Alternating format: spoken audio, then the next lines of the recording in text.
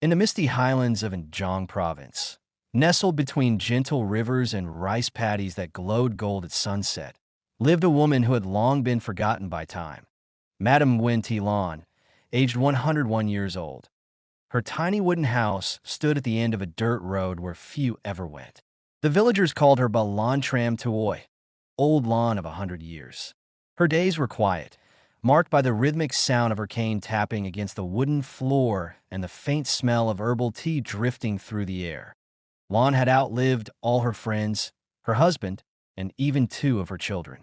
Only a framed black and white photo of her late husband, a soldier who disappeared during the war, kept her company.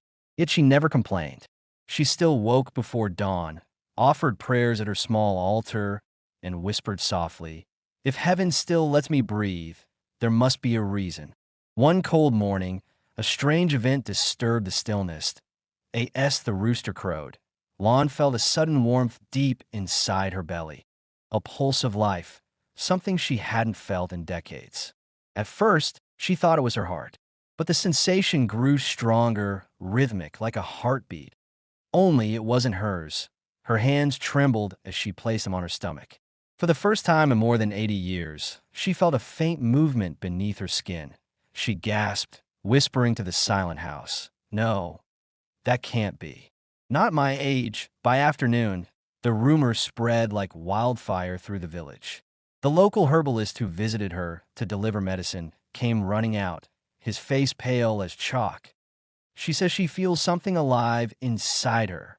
Neighbors gathered outside her gate, whispering prayers in disbelief. Some called it a miracle, others a curse. The village elder came that evening, trying to calm the frightened crowd. Lan sat silently by the candlelight, her eyes filled with a strange calm. She didn't feel fear, only wonder. "Maybe," she murmured, "God hasn't forgotten me after all."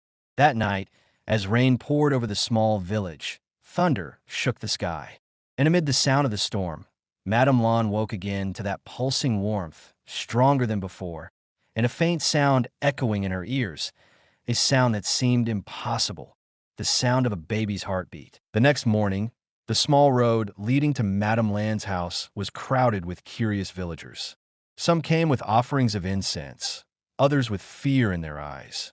They whispered prayers, crossing themselves as if standing before something divine or cursed. Inside, Madam Lan sat on her bamboo bed, her thin hands resting over her belly. The strange movement continued.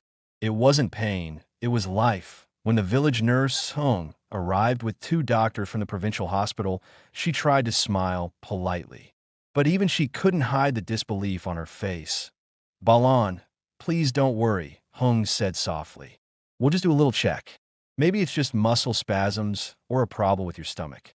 Lan only nodded, her calm eyes watching every move. The younger doctor, Dr. Pham, unpacked his stethoscope, half amused.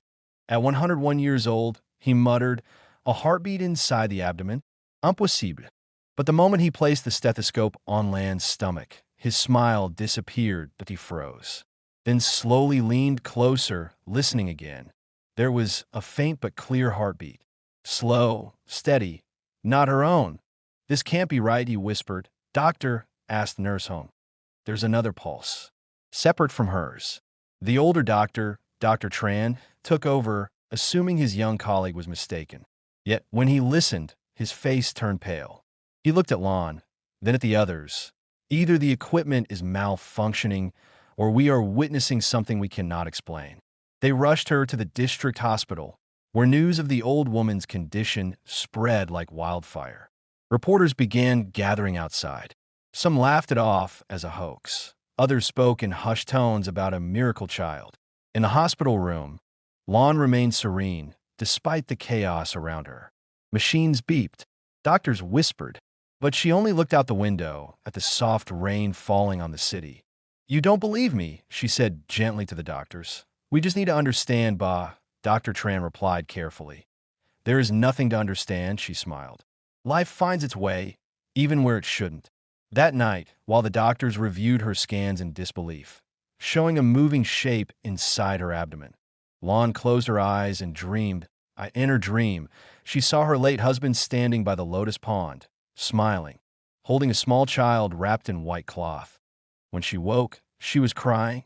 He said, "It's time," she whispered, and the heartbeat grew stronger. By the next evening, the hospital in Injong was surrounded by reporters, police, and even monks from nearby temples. The story of the 101-year-old pregnant woman had reached every corner of the province, from crowded tea stalls to television newsrooms. Inside room 203, where Madam Lan was kept under strict observation, tension filled the air. Nurses whispered prayers under their breath. Every few minutes, the heart monitor beside her bed emitted two different rhythms, one belonging to her, one to something else. At 9:45 p.m., a special medical team arrived from Ho Chi Minh City. Among them was Dr. Mai Tan, a well-known obstetrician who had delivered thousands of babies in her 40-year career. But even she had never seen anything like this. "This must be a mistake," she said firmly to the staff. "No womb can function at 101 years old. Not scientifically possible." Still, they prepared the ultrasound machine. The room was dim, lit only by a single lamp and the cold blue glow of the screen. Lan lay still, her breathing soft, eyes half closed. "I've had a long life," she whispered. "If it's time for a new one to begin, I welcome it." The probe touched her thin skin. For a few seconds, nothing but static waves. Then, suddenly, the monitor flickered, and there was a small moving shape pulsing gently in the dark space of her abdomen. Not a tumor, not a shadow, but something unmistakable, a heartbeat in a fetal outline, faint but visible. The entire room fell silent. One nurse dropped her clipboard. It's real," she gasped, "Doctor." Mai's hand trembled as she adjusted the focus. The image became clearer. "This isn't possible," she muttered. "She has no functioning reproductive organs. Her scans show complete atrophy decades ago."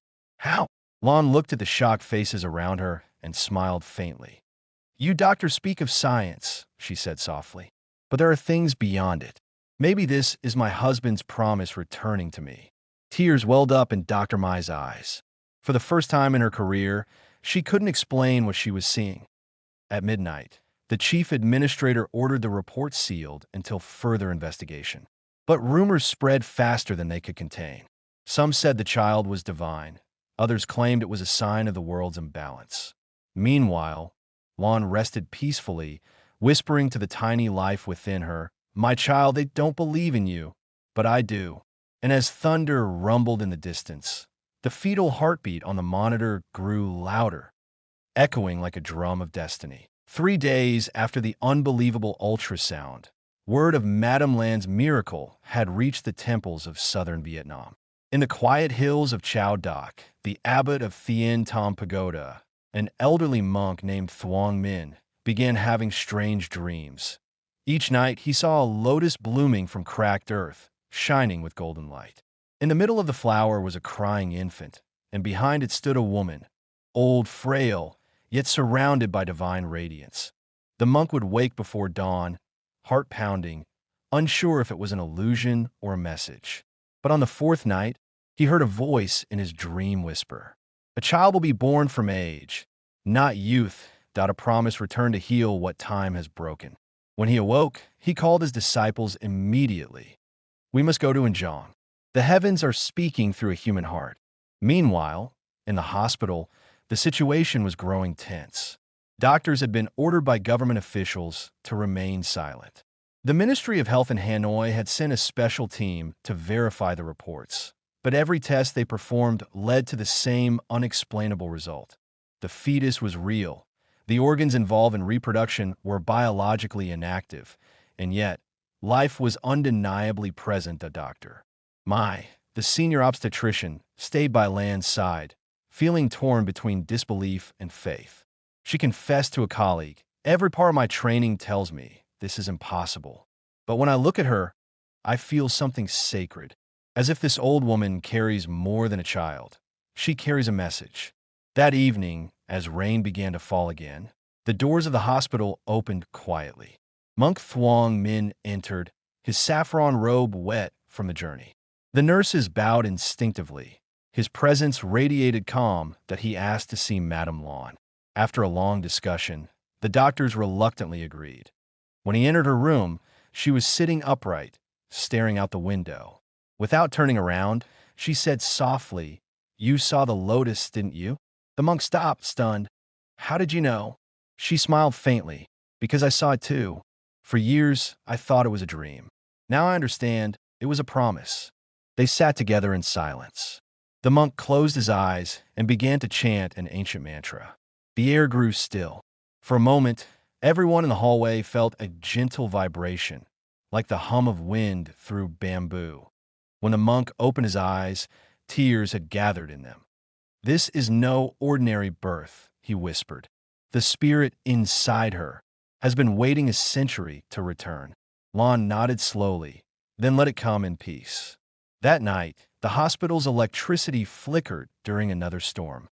For a brief second, every monitor went dark, except one. The fetal heart monitor by Lan's bed continued to glow, steady and strong, casting light on her peaceful face. For the next few days, the hospital became a place of quiet awe. No one dared speak loudly near room 203 anymore. Even the doctors who once laughed at the news now walked with their heads lowered, whispering prayers before entering. Madam Lan, at 101 years old, appeared strangely radiant. Her wrinkled skin seemed softer, her voice stronger. The doctors couldn't explain it. Her blood pressure stabilized, her organs showed unusual vitality. It was as if life itself was flowing backward inside her. Outside, crowds gathered daily. Villagers, monks, even journalists from other countries. Some knelt and prayed at the gate. Others simply stood, staring at the hospital windows, hoping to witness a sign. But the most remarkable thing happened on the 7th day after the monk's arrival. It was late afternoon. A warm breeze passed through the hospital garden, stirring the bamboo trees. Nurse Hong was walking by when she heard a faint voice, like a whisper carried by the wind, that it wasn't Vietnamese. It wasn't any clear language, but somehow the sound felt familiar. She paused. The wind grew stronger, swirling through the corridors, carrying a single clear word that made her blood run cold. "Min." She ran to room 203, breathless. Inside, Madam Lan was sitting by the window, eyes half closed, whispering the same name. "Min, Min." The monk turned to the nurse. "Did you hear it too?" Hong nodded shakily. "Yes." "The wind," it said the name. The monk smiled gently, tears forming in his eyes. "Then the child has chosen his name. Min, meaning light, clarity." Later that evening, Dr. Mai entered to check Lan's vitals. She looked exhausted. She hadn't slept in 2 nights, trying to understand what was happening. "Madam Lan," she said softly, "your heart rate is strong. Whatever is inside you, it's thriving." Lan smiled faintly. "It's not inside me anymore, doctor. It's with me." "What do you mean?" Dr. Mai asked. "He speaks to me in the wind," Lan said. "He tells me not to be afraid. He says he is not just my child. He is every child who was never given a chance to be born." The doctor's hands trembled as she wrote her notes. She couldn't bring herself to label this as a medical condition anymore. Something sacred was unfolding before her eyes. That night, just before midnight, the wind rose again. The hospital lights flickered, and everyone in the corridor heard it. A soft cry, like that of a newborn, echoing faintly through the air. But when the nurses rushed into room 203, they found Madam Lan fast asleep, smiling peacefully, her hand resting on her chest. The monitor beside her showed 2 heartbeats, steady and synchronized, as if 2 lives were now breathing as one dot outside. The wind whispered once more. The following morning, the hospital corridors were unnaturally silent. Nurses spoke in whispers, doctors avoided eye contact, and the air itself seemed heavy, charged with something invisible yet alive. When Dr. Mai entered room 203, she noticed a strange fragrance in the air, faint, sweet, like jasmine and rain. Madam Lan was awake, sitting upright, her eyes distant but peaceful. "Good morning, doctor," she said softly. "How are you feeling today?" "Lighter," Lan smiled. "As if someone took half of my heart, but left me whole." The doctor frowned. The medical monitors were still showing 2 distinct rhythms, one belonging to Lan, and one much smaller, like the faint echo of a baby's heartbeat. But the ultrasound showed nothing. No fetus, no movement, no physical trace of what had been there for days. "It's gone," whispered Dr. Mai. "But how can that be? The heartbeat is still here." She turned to the monk, who had been silently praying in the corner. "Master Thuong Min, what's happening?" The monk slowly opened his eyes, his voice calm. "The child was never meant to be seen, doctor. He was sent to be felt." Outside, rumors began to swirl again. Some said the baby had vanished into thin air. Others claimed it was a hoax. But those who had stood near room 203 that morning swore they felt a strange warmth passing through them. A presence, gentle and comforting, like being embraced by invisible arms. One nurse, trembling, told her colleagues. When I stepped inside, I felt him, like a little hand touched my chest. And for a moment, every pain I had disappeared. By afternoon, flowers began to appear outside the hospital gates. People brought offerings of incense, white lotus blossoms, and candles. Lan looked out from her window at the gathering crowd and whispered, "He's touching hearts now, not just mine." Later that night, the fetal heartbeat faded slowly from the monitor, replaced by a faint melodic tone, not mechanical, not electrical. It sounded like a lullaby, echoing through the wires. "Doctor, and the nurse stood frozen. "Do you hear that? It's like he's singing," Hung whispered, tears streaming down her face. The monk nodded gently. "The child's spirit has fulfilled its purpose." It came to remind us that life, no matter how old, still has miracles to give. When morning came, the second heartbeat disappeared completely.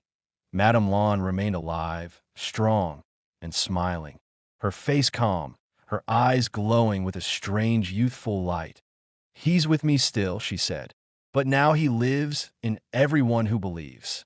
And outside, the wind stirred once again, whispering the same single word, soft and pure. Weeks passed, yet the story of Madam Lan refused to fade. The television crews left, the scientists went silent, but the people, the ordinary men and women who had felt something they couldn't explain, kept coming. They came from every province. Mothers carrying sick children, farmers in straw hats, soldiers on leave, students holding white lilies. They didn't come to see a miracle. They came to feel it. Soon, the narrow dirt road leading to Madam Lan's wooden house in Njong became a path of prayer. Locals began calling it Kon Duong Min, the path of light. Lan had returned home after nearly 2 months in the hospital. The doctors had begged her to stay for observation, but she insisted on leaving. "Hospitals are for the sick," she said gently. "But I'm not sick. I am alive, more than ever." Her little home was cleaned and restored by villagers who adored her. A group of young men even rebuilt the front fence and painted it white. Every morning, she would sit on the porch, a cup of tea in hand, smiling at the people who came to visit. Some brought offerings, others brought only tears. And to each, she would say the same simple words. "He's not mine alone. If you believe, you'll feel him too." One afternoon, a mother arrived carrying her paralyzed son on her back. She had walked 20 kilometers barefoot. The boy, no older than 10, hadn't moved his legs in 2 years. Lan asked her to bring the child to the garden. She placed her frail hand on the boy's head, closed her eyes, and whispered softly, "Min, if you can hear me, share your light." The wind stirred the leaves. A soft chime hanging by the doorway began to ring, though there was no breeze. The boy's fingers twitched, then his toes. Within moments, he lifted his hand, trembling but alive. The mother screamed and fell to her knees, sobbing uncontrollably. The villagers who witnessed it said the air shimmered faintly around them, like sunlight breaking through fog. By nightfall, hundreds gathered outside her home with candles, praying and singing softly. Some said they saw a faint glow around her house, but Lan only smiled and said, "Do not worship me. Worship the life that never stops giving." Monk Thuong Min, who had returned to the temple, wrote in his diary that night, "The spirit child Min has become a bridge between heaven and earth. His light walks with the wind, carried by the heart of a mother who never stopped believing." At midnight, as the candlelight flickered across her garden, Lan looked up at the stars and whispered, "My son, you were never born to cry. You were born to awaken." And once again, the wind answered softly. As the days passed, the story of Madam Lan, the 101-year-old mother who carried a miracle inside her, began to reach beyond Vietnam's borders. News agencies from Japan, France, and even America sent reporters to Injong, eager to capture the tale that defied every scientific law. But not everyone was moved by faith. Some saw the event as a threat to science, to logic, to control. Within weeks, officials from the National Medical Research Council arrived, demanding to reopen the investigation. They wanted her medical files, her scans, her blood samples, everything that might explain what had happened to Dr. Mai. The woman who had first witnessed the impossible ultrasound was called to testify. Sitting in a gray conference room, surrounded by skeptical scientists, she spoke calmly but firmly. You can test her blood, her bones, her DNA, but what she carries cannot be measured. It wasn't biology. It was something sacred. Her statement caused uproar. The panel accused her of superstition and professional misconduct. But Mai didn't waver. "I don't care what you call it," she said quietly. "All I know is that when I stood near her, I felt alive, as if time itself bowed in respect." That night, 2 government agents were sent to retrieve Madam Lan for further medical observation. But when they arrived at her house, they found hundreds of villagers gathered there. Blocking the entrance point, one old farmer stepped forward and said, "You can take her body, but you cannot take her spirit." Another villager shouted, "We saw what she did. She healed my daughter's fever when no medicine worked." The crowd began to chant softly, "On sang Kwam Min, on sang Kwam Min, Min's light, Min's light." The agents hesitated, unnerved by the collective faith radiating from the people. In the end, they retreated quietly, leaving the old woman untouched. Inside her small wooden house, Lan sat by the window, watching the candlelight outside dance like fireflies. "They're afraid," she murmured. "Of what?" asked Nurse Hung, who had stayed by her side. "Of what they can't understand," Lan said with a smile. "But faith doesn't need to be understood, only felt." Hung looked at her, tears welling in her eyes. "Do you think Min will ever return again?" Lan reached out, taking her hand gently. He never left. That night, as thunder rolled in the distance, all the lights in the village went out, except one. Lan's house glowed faintly, though no candle burned inside. People stepped out of their homes, staring in silence.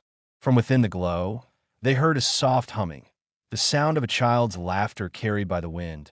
And then, the voice came again, clear and tender. "Don't fear the light, it's only love."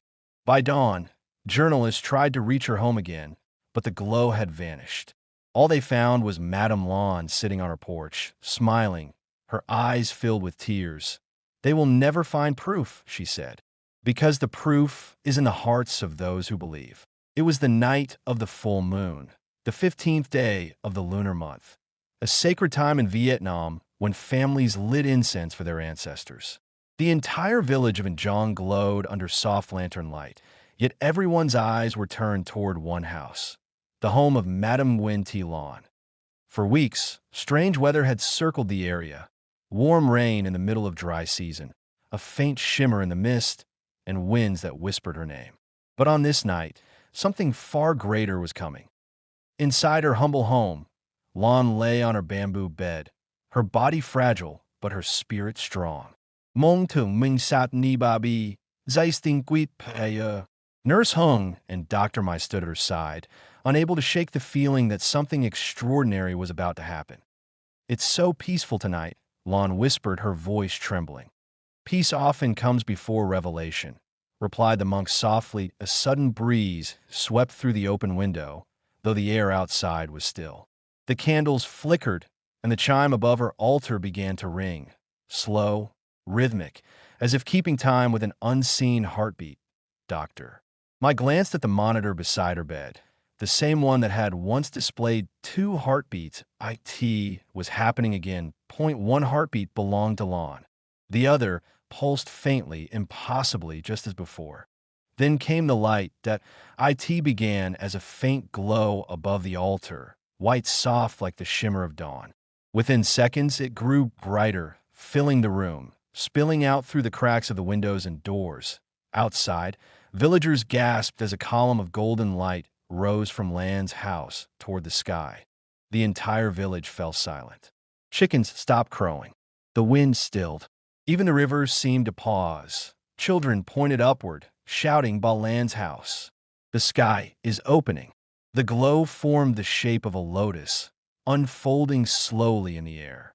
Inside it, a tiny radiant figure appeared, the outline of a child, glowing with golden light. Hung dropped to her knees, weeping. "It's Min," she whispered. "He's returning home." Lan opened her eyes. Her face was shining in the glow, her wrinkles softened by the warmth. She reached out her trembling hand toward the light. "My son," she said softly, "you've come back." For a moment, her entire room shimmered, her body surrounded by a soft, pulsating aura. Then, as the villagers watched in awe, the column of light gently descended, enveloping her completely. The sky rumbled. The lotus shape rose higher, breaking into thousands of glowing petals that scattered across the heavens, drifting like golden rain. When the light finally faded, the storm broke loose. Rain poured down, but it wasn't cold. It was warm, fragrant, carrying the smell of jasmine. Inside, Lan was lying peacefully, her eyes closed, a serene smile on her face. The monitor beside her was silent, but on her chest rested something glowing faintly, a small lotus petal made of light, fading slowly with each heartbeat. "Doctor." Mai fell to her knees. "She's gone," she whispered through tears. "No," said the monk softly. "She's home." Outside, the villagers lifted their faces to the sky, and though the rain poured heavily, it shimmered with golden specks, like tears from heaven. Those who stood closest swore they heard a faint voice echoing through the wind. "I'm not gone. I am the light you carry forward." Days after the night, the heavens opened over Njong. The world felt quieter, as if nature itself was mourning, yet at peace. The rains continued softly for 7 days and 7 nights, washing the land in golden light. And when the sun finally returned, a single white lotus bloomed in front of Madam Lan's old wooden house. And no one had planted it, and no one could explain it, but everyone who saw it bowed in silence. The government sealed the area for investigation, yet people still came. They came in silence, carrying candles, prayers, and children. Farmers, soldiers, doctors, even those who once doubted, all gathered in front of her home, whispering stories of what they had felt that night. Some said they dreamed of her smiling, surrounded by light. Others said that touching the old fence near her house healed their pain or calmed their hearts. Doctor. Mai returned one last time, placing a single lotus blossom on the step where Lan used to sit. Her voice trembled as she whispered, "You changed everything I believed about life and what comes after." Beside her, Nurse Hong looked up at the clear sky and said, "Do you think she really saw her son again?" Mai smiled through her tears. "No, I think she became him. The child was never born, because he was her spirit, returning to show us that love doesn't age." A year later, the small dirt path to her house had turned into a pilgrimage route. People called it Kan Duong on Sang Min, the path of Min's light. Monks built a small shrine beside her home, simple and quiet, with one inscription carved in stone. "Where faith ends, miracles begin." Every year on the full moon, villagers light thousands of candles along the road. When the wind passes through, it sounds almost like a child laughing, soft, joyful, and alive. One night, as Monk Thuong Min stood before the shrine, he opened his old diary and wrote his final note. "She came into this world not to bear a child, but to awaken the children in our hearts, the part of us that still believes in kindness, in wonder, in the impossible." He closed the book, smiled, and whispered toward the stars, "Rest well, Mother Lan. The world remembers your light." And at that moment, a soft breeze passed through the pagoda courtyard, carrying the scent of jasmine and the faint whisper of a voice that seemed to echo from beyond the clouds. Men never died because love never does.